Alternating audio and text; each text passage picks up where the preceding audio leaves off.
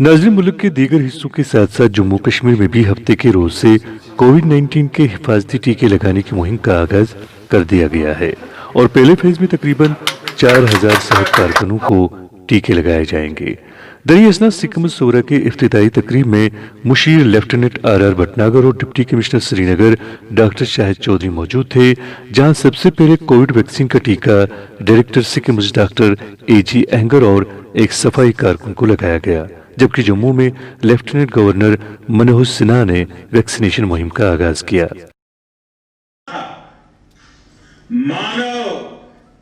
मानव जब जोर लगाता है, पत्थर पानी बन जाता है। भाइयों और बहनों, भारत का टीकाकरण अभियान बहुत ही मानवीय और महत्वपूर्ण सिद्धांतों पर आधारित है। जिसे सबसे ज्यादा जरूरी है, उसे सबसे पहले कोरोना का टीका लगेगा। जिसे कोरोना संक्रमण का रिस्क सबसे ज्यादा है, उसे पहले टीका लगेगा। जो हमारे डॉक्टर्स हैं, नर्सेज हैं, अस्पताल में सफाई कर्मी हैं, मेडिकल पैरामेडिकल स्टाफ हैं, वो कोरोना की वैक्सीन के सबसे पहले हकदार है। चाहे वो सरकारी अस्पताल में हो या फिर प्राइवेट में, सभी को ये वैक्सीन प्राथमिकता पर लगेगी।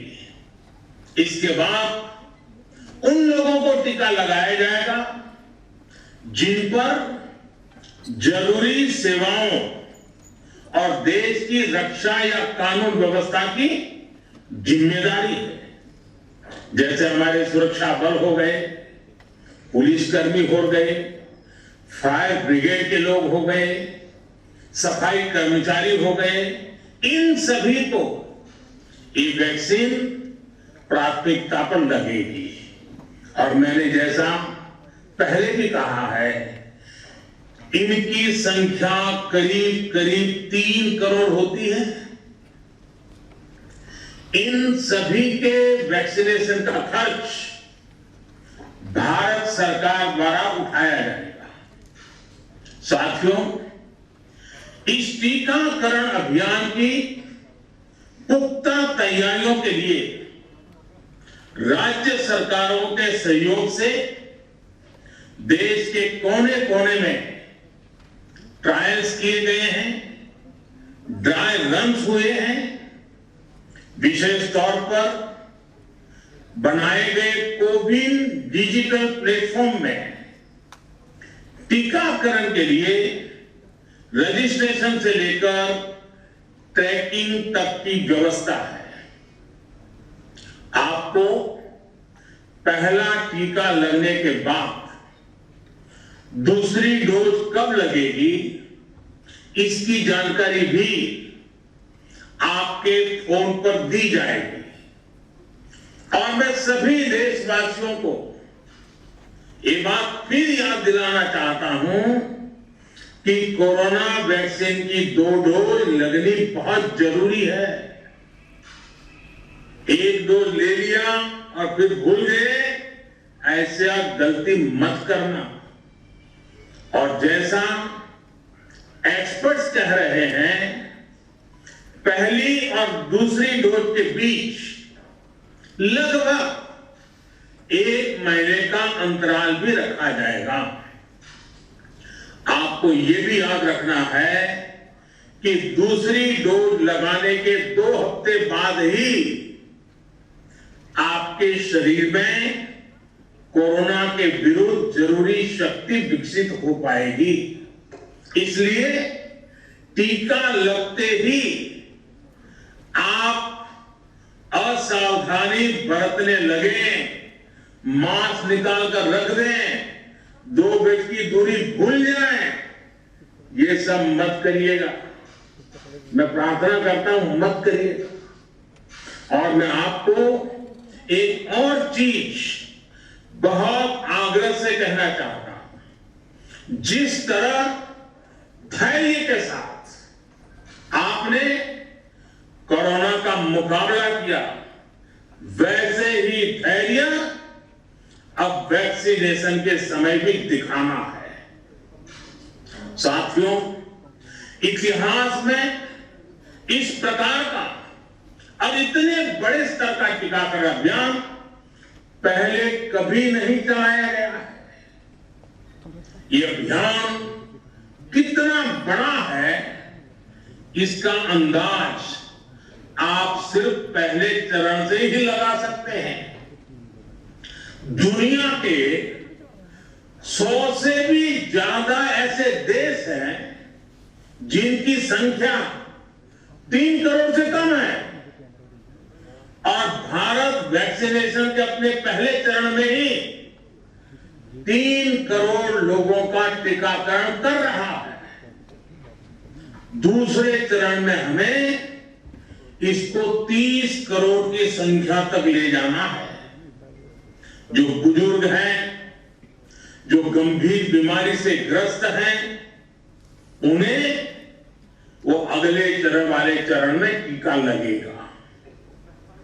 आप कल्पना कर सकते हैं, 30 करोड़ की आबादी से ऊपर के दुनिया के सिर्फ 3 ही देश हैं, खुद भारत, चीन और अमेरिका। और कोई भी देश ऐसा नहीं है जिनकी आबादी इनसे ज्यादा हो। इसलिए भारत का टीकाकरण अभियान इतना बड़ा है, और इसलिए ये अभियान भारत के सामर्थ्य को दिखाता है। और मैं देशवासियों को एक और बात कहना चाहता हूं। हमारे वैज्ञानिक, हमारे एक्सपर्ट्स जब दोनों मेड इन इंडिया वैक्सीन की सुरक्षा और प्रभाव को लेकर आश्वस्त हुए, तभी उन्होंने इसके इमरजेंसी उपयोग की अनुमति दी है। इसलिए देशवासियों को किसी भी तरह के प्रोपेगेंडा, अफवाहें, दुष्प्रचार से बचकर रहना है। साथियों, भारत के वैक्सीन वैज्ञानिक, हमारा मेडिकल सिस्टम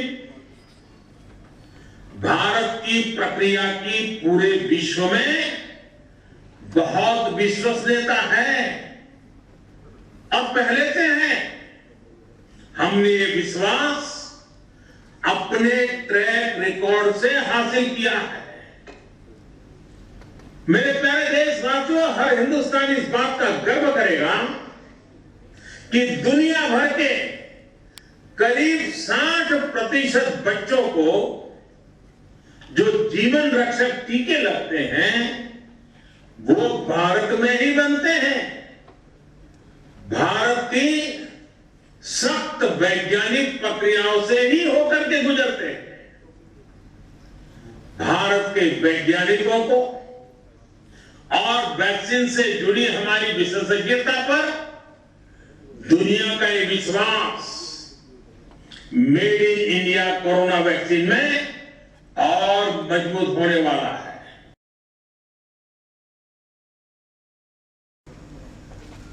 देवियों, सज्जनों तथा मित्रों, सबसे पहले मैं यहाँ उपस्थित सभी कोरोना वॉरियर्स, जम्मू कश्मीर के हर शहर, हर पंचायत में इस भयंकर महामारी के समय जनता की सेवा में जुटे सभी डॉक्टर्स, स्वास्थ्यकर्मी, सफाई कर्मचारी, आंगनबाड़ी वर्कर्स, प्रशासन के हमारे सभी सहयोगी, फ्रंटलाइन वर्कर्स तथा समाज के उन तमाम लोगों का जिन्होंने इस पूरे संकट काल में कड़ी मेहनत की है, इन सबको मैं नमन करता हूं। पिछले 10-11 महीनों से जिस तरह से आप सबने जन स्वास्थ्य के लिए काम किया है, मैं समझता हूं वो किसी तपस्या से कम नहीं है। एक बड़ा लंबा दौर था जब दूर दूर तक उम्मीद की किरण नहीं दिखाई पड़ती थी, तब भी अपने स्वास्थ्य अपनी और अपने परिवार की चिंता किए बगैर निस्वार्थ भाव से आप सबने जो काम किया है उसकी सराहना के लिए मुझे लगता है शब्द छोटे पड़ जाएंगे। शुरुआती दिनों की चर्चा मेरे पूर्व के वक्ताओं ने की है, मैं उस तकनीकी विवरण में जाने की जरूरत नहीं समझता हूं, लेकिन आप सबके जज्बे, त्याग और सेवा भावना से ही जम्मू कश्मीर के लोग इस संकट से बाहर निकल सके हैं। इसलिए मैं आप सबको फिर से एक बार हृदय से साधुवाद देता हूं। अब जब भी इतिहास लिखा जाएगा इस देश का, मुझे लगता है कि प्री पैंडेमिक और पोस्ट पैंडेमिक ये दोनों बातें जरूर आने वाले दिनों में लिखी जाएंगी और ये भी कहा जाएगा कि मानवता की सर्वोच्च सेवा के लिए कोरोना वॉरियर्स ने, फ्रंटलाइन वर्कर्स ने और समाज के विभिन्न वर्गों ने जो काम किया वह निश्चित रूप से सराहनीय नहीं है, बल्कि स्वर्णाक्षरों में लिखा जाएगा। आज का दिन निर्णायक, इस लड़ाई का निर्णायक दिन मैं कहूँ, और दुनिया के सबसे बड़े टीकाकरण अभियान का प्रारंभ देश के सम्माननीय प्रधानमंत्री आदरणीय नरेंद्र मोदी जी द्वारा आज प्रारंभ होने जा रहा है। जम्मू कश्मीर को अगर मैं देखूं, बताया गया है तो बाकी राज्यों और संघ राज्य क्षेत्रों की तुलना में देखेंगे तो मुझे लगता है कि प्रभावी नियंत्रण करने में हम सब सफल रहे हैं। इसमें आप सबका सहयोग निश्चित रूप से सराहनीय रहा है।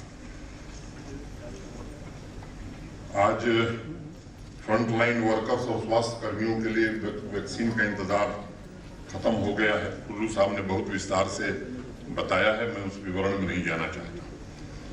तैयारी हमारी पूरी है और मैं कहना चाहता हूं कि आज जिनको टीका लगेगा वो ये न मान लें कि टीका लगने के बाद हम पूरी तरह स्वस्थ हो गए। 28 दिन बाद दूसरा टीका लगेगा और दूसरे टीके के 14 दिन बाद तब आप ये मान सकते हैं कि नहीं, अब हम खतरे के बाहर हैं, अब हमारे ऊपर कोई संकट नहीं है।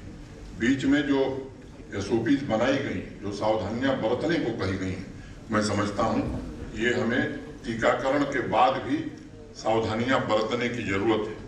पहले प्रधानमंत्री जी ने या एक सामान्य भाषा हो गई थी कि जब तक दवाई नहीं तब तक ढिलाई नहीं। मुझे लगता है कि दवाई के बाद भी 45 दिन तक ढिलाई नहीं बरतनी है। ये निश्चित रूप से हम सबके ध्यान में रखने की जरूरत है। पूरी बात हो गई है, प्रधानमंत्री जी कुछ समय में आने वाले हैं। 26 मीटिंगें अभी तक भारत सरकार के स्वास्थ्य मंत्रालय ने विभिन्न राज्यों और संघ राज्य क्षेत्रों के हेल्थ से जुड़े हुए अधिकारियों के साथ की है। तो मुझे लगता है कि शायद कोई ऐसा महीना रहा होगा पिछले 11 महीने में जब देश के सम्माननीय प्रधानमंत्री स्वयं एक बार या दो बार इस तरह की पहल उन्होंने नहीं की है। मुझे लगता है कि आज हम सबके लिए गर्व का विषय है, देश के वैज्ञानिकों और जिन लोगों ने ये वैक्सीन निकाली है।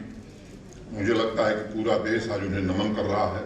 जितने कम समय में, क्योंकि संकट के समय में सामान्य रूप से वैक्सीन विकसित करना एक दूसरी बात होती है, लेकिन जब एक संकट हमारे सामने है उस समय कठिन परिश्रम करके देश में एक विश्वास, आत्मविश्वास पैदा करना और दुनिया का सबसे सस्ता टीका इजाद करना, मैं समझता हूं ये भारत के वैज्ञानिकों की क्षमता है और ये देश निश्चित रूप से उनका ऋणी होगा।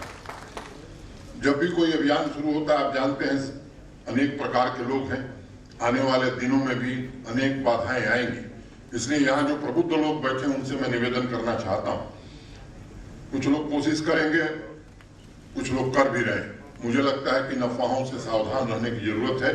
जो भी रेगुलेटरी टेस्ट हो सकते हैं, दुनिया के कड़े मानदंडों के आधार पर यह टीका विकसित हुआ है और मैं बहुत जिम्मेदारी से बात कहना चाहता हूं, यह टीका दुनिया के किसी टीके से ज्यादा प्रभावी है, ज्यादा सस्ता है और इसलिए हमें किसी अफवाह में आने की जरूरत नहीं। समाज के प्रबुद्ध लोगों से मैं निवेदन करना चाहता हूं कि समाज में एक जन जागरण का अभियान निश्चित रूप से इसको लेकर के भी आगे हमें चलाना होगा। खुशी की बात है कि चंद महीनों में जब पूरा जिन जिनको आवश्यकता है इनको वैक्सीनेशन देने के बाद हम इस महामारी के भय से दूर हो सकते हैं। आप सबको याद होगा पिछले साल लगभग फरवरी मार्च के महीने में जब कोविड चारों तरफ फैलने लगा, किस तरह का भय का वातावरण था। लोगों को एक दूसरे से बात करने में डर लग रहा था, अस्पतालों में भी भय का वातावरण था, पब्लिक में भी भय का वातावरण था, और ये एक जबरदस्त चैलेंज हमारे सामने खड़ा हो गया। लेकिन सब लोग, डॉक्टर्स, मेडिकल वर्कर्स, प्रशासन के लोग, पुलिस के लोग, म्युनिसिपैलिटी के सफाई कर्मचारी, सभी वर्गों के लोगों ने इस चैलेंज को एकजुट होकर हमने सामना किया। और इसके बारे में हमने क्या क्या कदम उठाए, आप सब लोगों ने मिलकर क्या क्या काम किए, ये सबको अच्छी तरह याद होगा। हम लोगों ने लाखों प्रभावित वर्कर्स को बाहर से राज्य के अंदर वापस लाए। यहाँ पर जो लोग अन्य राज्यों के थे, लाखों लोगों को बाहर भेजा। किसी तरह का यहाँ पर डिसऑर्डर या कुछ नहीं हुआ। इसमें प्रशासन और पुलिस का बहुत ही बड़ा योगदान और सहयोग रहा है। हम लोगों ने पिछले साल मार्च के महीने में और अप्रैल में एक बहुत ही टाइट लॉकडाउन का अनुभव किया। धीरे धीरे वो लॉकडाउन से हम अनलॉकडाउन में गए। सामान्य जीवन को यथासंभव धीरे धीरे एक एक कदम के साथ, कदम थोड़ा थोड़ा धीरे धीरे लेते हुए पूरे जिंदगी को सामान्य लाने के लिए कदम उठाए, और अब उसका असर आप सबको दिख रहा है। Today, COVID vaccination is being inaugurated nationwide by the Honorable Prime Minister, and in the UT of Jammu and Kashmir, it is being launched by Honorable Lieutenant Governor. Today, as we all know, is a historic day as we write a new chapter in our fight against COVID. Last year, the entire world was struck by a pandemic, COVID-19. It caused a lot of disturbance in the conduct of normal activities. Many lives were lost. Many families were shattered. They lost their loved and dear ones. It was a big challenge to the society in general and public health systems in particular. The response of our country and also our union territory was appreciable.